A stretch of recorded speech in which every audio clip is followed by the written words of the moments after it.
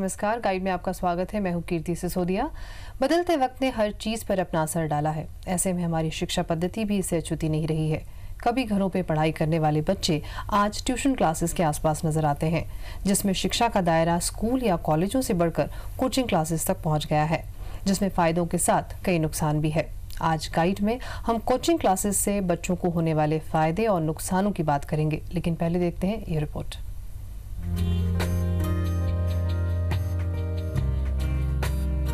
अक्सर अभिभावक ये सोचते हैं कि उनका बेटा या बेटी हर चीज में अव्वल आए। खास तौर पर स्टडीज को लेकर पेरेंट्स कुछ ज्यादा ही परेशान रहते हैं। इसके लिए वो न केवल बच्चों को बेहतर स्कूल कॉलेज में डालते हैं, बल्कि कोचिंग क्लासेस पर भी जोर देते हैं। वैसे भी आज के परिवेश को देखते हुए हर दूसरा बच्चा प्राइवेट संस्थानों की मदद लेने के लिए मजबूर भी है। इसकी एक वजह हमारी बदलती शिक्षा पद्धति है, जिसमें स्कूल क्लासेस में जरूरत से ज्यादा बढ़ती जा रही स्टूडेंट की संख्या के चलते शिक्षक हर बच्चे पर पूरा ध्यान नहीं दे पाते। वहीं वक्त की कमी के चलते पेरेंट्स भी बच्चों को नहीं पढ़ा पाते। इसके अलावा जो बच्चे स्कूल क्लासेस में जल्दी नहीं सीख पाते या उनमें IQ की कमी होती है, उनके लिए भी कोचिंग काफी मददगार साबित होती है। ऐसे में समाज में कोचिंग क्लासेस के बढ़ते चलन को नकारा भी नहीं जा सकता। लेकिन कभी कभी ये कोचिंग क्लासेस नुकसानदायक भी होती हैं, क्योंकि इससे बच्चे पूरी तरह से संस्थानों पर ही निर्भर हो जाते हैं, जिस वजह से उनके स्वाभाविक विकास में कहीं न कहीं बाधा जरूर आती है। लेकिन इसके बावजूद आज कोचिंग क्लासेस के महत्व को नकारा नहीं जा सकता, मगर पेरेंट्स को कोशिश करनी चाहिए कि कोचिंग क्लासेस बच्चों के लिए एक विकल्प हो, न कि मजबूरी। Bureau report IBC 24। और इस बारे में ज़्यादा जानकारी के लिए हमारे साथ स्टूडियो में इस वक्त मौजूद हैं शिक्षाविद MR सावंत जी। आपका बहुत बहुत स्वागत है मिस्टर सावंत। जैसे कि हमने रिपोर्ट में भी देखा और हम यूजुअली भी अभी देख रहे हैं कि ट्यूशन क्लासेस का या कोचिंग क्लासेस हम कहें तो उसका चलन बहुत बढ़ गया है आजकल, जिसके लिए शायद पेरेंट्स ये दलील देते हैं कि बहुत कंपटीशन है और जिसकी वजह से हमें ट्यूशन क्लासेस देना पड़ता है। कुछ हद तक सही भी कि अगर सीनियर क्लासेस में जाने के बाद ट्यूशन्स या कोचिंग क्लासेस कराई जाएँ तो बेटर है, बट अमूमन ये देखने में आता है कि बहुत छोटे छोटे बच्चों के लिए भी ट्यूशन्स और क्लासेस लगा दी जाती हैं। तो इस बारे में आप हमारे व्यूअर्स को क्या बताना चाहेंगे कि क्या सही एज होती है जब बच्चा ट्यूशन या कोचिंग क्लासेस में जाए? ये तो स्वाभाविक है कि कोई भी माँ और पिता अपने बच्चों को बहुत कुछ बनाना चाहता है जी, लेकिन हमें भापना चाहिए कि उसका इंटरेस्ट किस में है। क्या इंजीनियरिंग फील्ड में है, कि मेडिकल फील्ड में है, कि आर्टिस्ट है। हम उसको तैराकी भी सिखाना चाहते हैं, हम उसको घुड़सवारी भी सिखाना चाहते हैं, हम उसे मैथ्स भी सिखाना चाहते हैं। ये सोच पालकों में बहुत ज़्यादा आ रही है।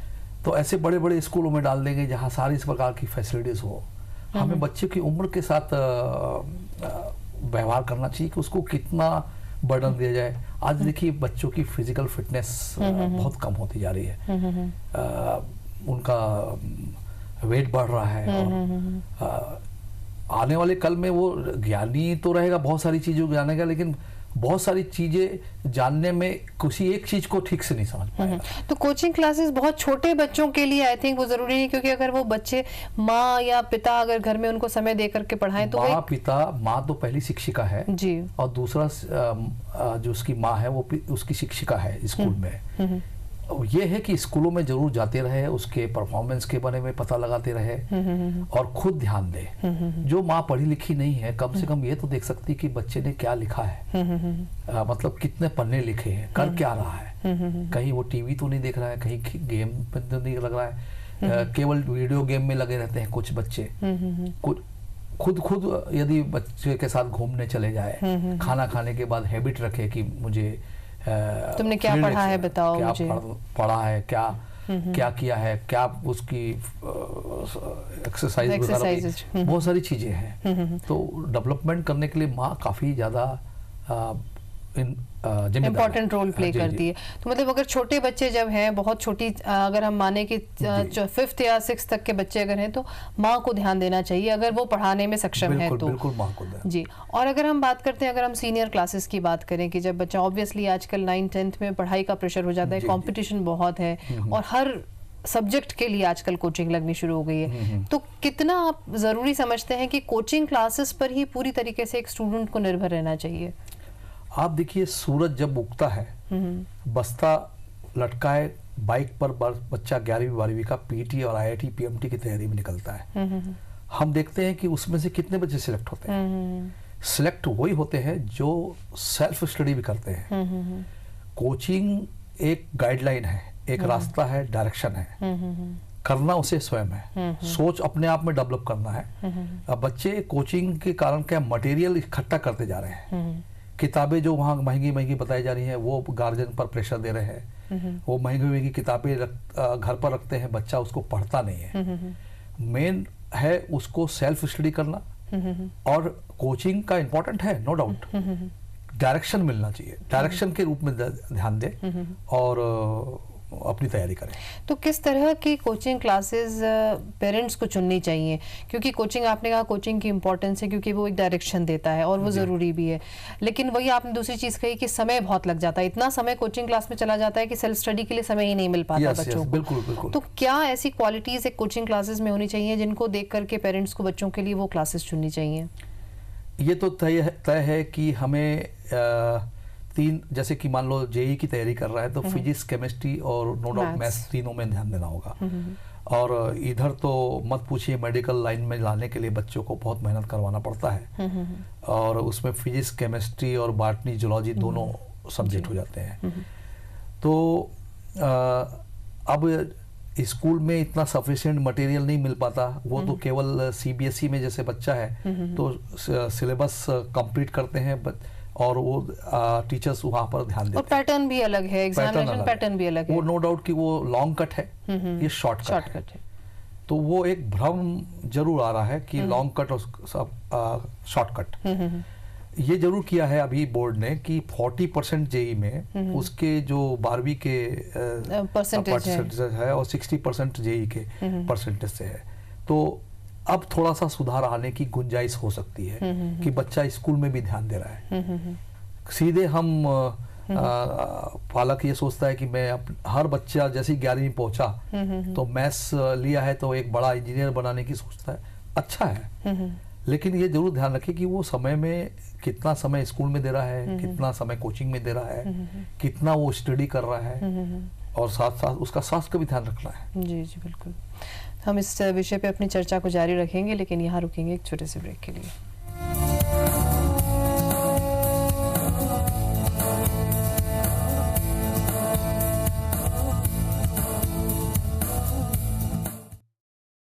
Welcome back. और हमारे साथ इस वक्त स्टूडियो में मौजूद हैं शिक्षाविद एम आर सावंत जी।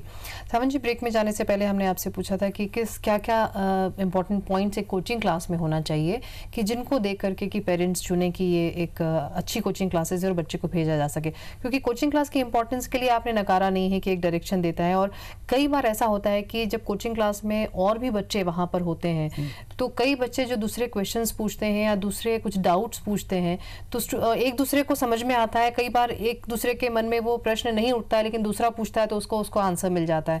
तो इस तरह का एक जो कंबाइंड स्टडी का एक जो फायदा होता है वो भी बहुत ही यूजफुल होता है आई थिंक कोचिंग क्लासेस में। लेकिन फिर भी कोचिंग क्लासेस के क्या पैरामीटर्स होने चाहिए जो थोड़ा बहुत पेरेंट्स देख करके चुने? कोचिंग क्लास में जैसे मैंने बताया कि कोचिंग क्लास एक गाइडलाइन देता है निश्चित रूप से। ऐसी कोचिंग क्लास को पालकों को चुनना चाहिए जो वीकली टेस्ट ले रहा हो, परफॉर्मेंस से पालक को अवगत करा रहा हो।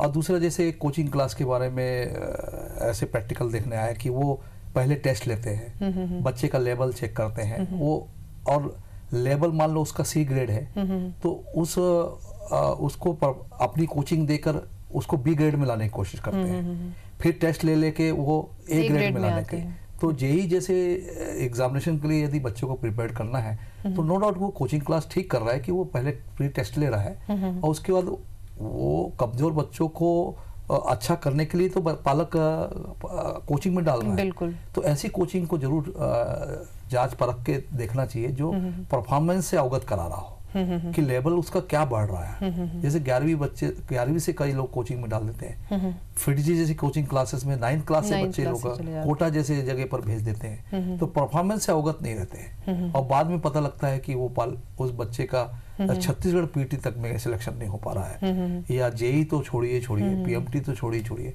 फिर वो एक बड़ा मुश्किल होता है उस बच्चे के साथ जिसने काफी मेहनत की है, कोचिंग अटेंड की, इतना पैसा इन्वेस्ट किया है, तो जरूर पालकों को ये ध्यान देना चाहिए कि ऐसी कोचिंग कुछ नहीं जो उसके परफॉर्मेंस को बताते रहे, उसको डेवलप करते रहे।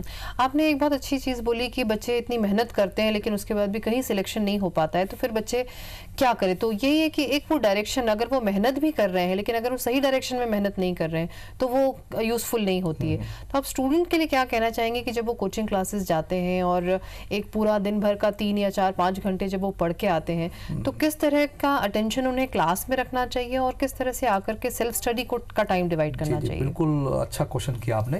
एक्चुअल में क्या हो रहा है, बच्चा ब्लैक बोर्ड पर जो देख रहा है या स्क्रीन पर जो देख रहा है उसको उतारने की हैबिट है। वो जो कह रहे हैं, जो इंटरेक्शन जो पढ़ाने वाले और उसके बीच में क्वेश्चन करते नहीं है। एक तो शर्माते हैं, इतने लोगों के बीच में बेइज्जती, भाई हम कमजोर हैं इसलिए तो कोचिंग अटेंड कर रहे हैं, तो उनको तो नो डाउट कि जो कोच कर रहा है उसके साथ इंटरेक्शन करना चाहिए। और दूसरा, जो पढ़ाया जा रहा है हूबहू उसको नोट करना नहीं बल्कि उसको सोचना है, वहाँ सोच डेवलप करना है। जेईई जैसी एग्जाम में काफ़ी सरल क्वेश्चन होते हैं और केवल एक सोच पर आधारित होते हैं। वही बात होती है जो एबीसी है, उस एबीसी को ट्विस्ट करके पूछा जाता है। हमारी सोच डेवलप नहीं होने के कारण एग्जामिनेशन हॉल में हम उस सरल क्वेश्चन का जवाब गलत दे देते हैं। तो अपनी सोच डेवलप करना चाहिए, जो कहा जा रहा है उस पर विचार विमर्श करना चाहिए, टीचर से इंटरेक्शन करना चाहिए जो कोच कर रहा है। स्कूल में भी हैबिट ये रखना चाहिए, बच्चों के साथ, अपने और दोस्तों के साथ ग्रुप डिस्कशन करना चाहिए और खुद सोचकर उसको नए मेथड से भी बनाने की कोशिश करना चाहिए।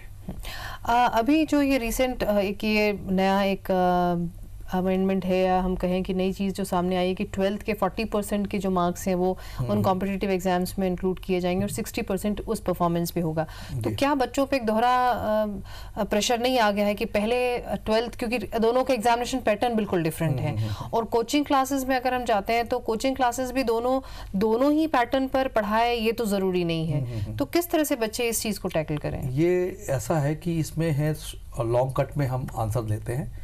कोई बात अच्छी है कि हम स्कूलों में अट्रैक्शन बढ़ाने के लिए, बच्चे स्कूल नहीं आते थे पहले, स्कूल का अटेंडेंस कम रहता था, अब बच्चे स्कूल में भी ध्यान देने लगे हैं। एक्चुअल में A to Z जानना है, फिर उसका एक सोल्यूशन शॉर्टकट ढूंढना है। तो वो बच्चे पर डिपेंड करता है कि उसको किस ढंग से वो टैकल कर रहा है, कि उस शॉर्टकट में फास्ट कैलकुलेशन करना है।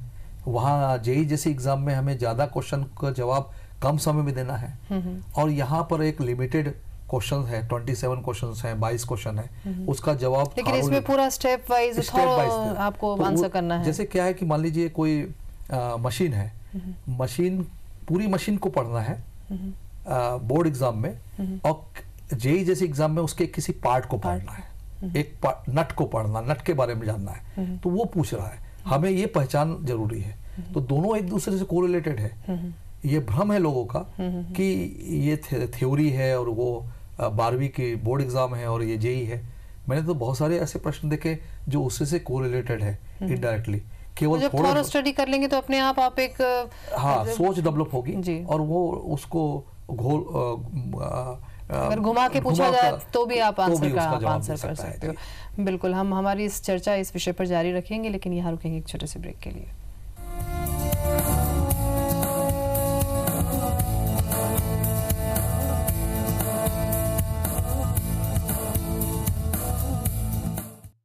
Welcome back to our show guide. आज हम बात कर रहे हैं कोचिंग क्लासेस की इम्पोर्टेंस पर, और आज हमारे साथ स्टूडियो में मौजूद हैं शिक्षाविद एमआर सावंत जी।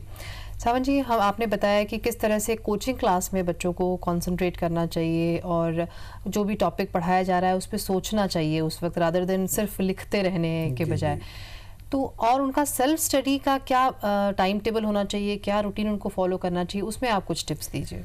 कई कोचिंग क्लासेस टेस्ट पेपर्स दे रही है जी। वो टेस्ट पेपर्स को केवल बच्चे इकट्ठा कर रहे हैं, घर पर वो सेल्फ स्टडी के समय अपना खुद का टेस्ट दे। टेस्ट पेपर बहुत सारे हैं और भी मार्केट में मिलते हैं, वो अपना खुद का घर में टेस्ट ले कि उस टाइमिंग में उस प्रॉब्लम को कितने % वो सॉल्व कर लेता है। अपना खुद रिजल्ट बनाए कि भाई वो 90% मार्क्स आज के इस सप्ताह लाया है, फिर स्टडी करे तो उसका क्या प्रोग्रेस हो रहा है वो खुद अपना स्वयं का सेल्फ एनालिसिस कर सकता है। तो ये बहुत अच्छी हैबिट होगी कि वो सेल्फ टेस्ट करते जाए। और साथ साथ जहाँ वो टेस्ट की जो बात होती है, जैसे कोचिंग क्लास कुछ टेस्ट भी रखती है, नो डाउट कि काफ़ी मेहनत कर रहे हैं वो लोग, तो उनको टेस्ट रखते हैं, लेकिन बच्चे तैयारी करके नहीं जाते। तो तैयारी करके जाए और खुद जो मार्क्स वहाँ मिल रहे हैं, और अगले बार फिर कोशिश करे कि वो ज़्यादा और बेहतर परफॉर्म क्योंकि करने। एक क्वेश्चन का जवाब यदि गलत होता है तो हम 1000 बच्चों से पीछे हो जाते हैं। एक एक क्वेश्चन का इंपॉर्टेंट इतना समझना चाहिए बच्चे को कि ये क्यों मेरे से गलत हुआ, इसके पीछे क्या लॉजिक था। अब कुछ बच्चे क्या करते हैं कि केवल उसका आंसर ए है, बी है, सी है, ऐसा पढ़ते हैं, ये ऑप्शन को केवल रटते हैं जी। वो ऑप्शन कैसे आया वो कम से कम निकाल के देखे तेज। तो अपने टाइम मैनेजमेंट प्लस थिंक को घर पर डेवलप करने की कोशिश करें और खुद एनालिसिस करें कि लेकिन कई बार देखा जाता है कि बच्चे काफ़ी मेहनत भी करते हैं, लेकिन कई ऐसे मतलब सब्जेक्ट्स, अगर हम फिजिक्स की बात करें यूजुअली, तो फिजिक्स में कई बार होता है क्योंकि वो क्वेश्चन बहुत घुमा कर पूछा वही जाता है, लेकिन उसको बहुत डिफरेंट तरीके से घुमा फिरा कर पूछा जाता है, और कई बार बच्चे उसमें गलती कर जाते हैं। ऑल्दो वो पढ़ते हैं, थॉरो स्टडी भी करते हैं, लेकिन वो एग्जाम में उसको परफॉर्म नहीं कर पाते। उन बच्चों के लिए आप क्या टिप्स देंगे? उन बच्चों को यही कहूँगा मैं कि डिफरेंट लेवल के क्वेश्चंस करना चाहिए, क्योंकि आपने देखिए कुछ गाइड, कुछ किताबें ऐसी हैं जो लेवल वाइज क्वेश्चंस बनाए हैं, ए लेवल के, बी लेवल के, सी लेवल के, डी लेवल के। तो वो लेवल वाइज क्वेश्चंस को कितने प्रकार से कर पाता है अपने मन से, सॉल्यूशन तो सारी किताबें मिलता है, हर क्वेश्चन का सॉल्यूशन है, लेकिन वो सॉल्यूशन खुद ना देखे, पहले अपने मन से सोचे, तब वो क्या बच्चे कर रहे हैं कि उसके सॉल्यूशन को सीधे रीडिंग करना शुरू कर देते हैं। इस कारण से उनकी दिक्कतें बढ़ रही हैं कि वहाँ वो उलझन में पड़ जाते हैं, थोड़ा सा भी नहीं पाते हैं, उसका थोड़ा भी ट्विस्ट किया जाता है तो वो उसको आंसर नहीं कर पाते।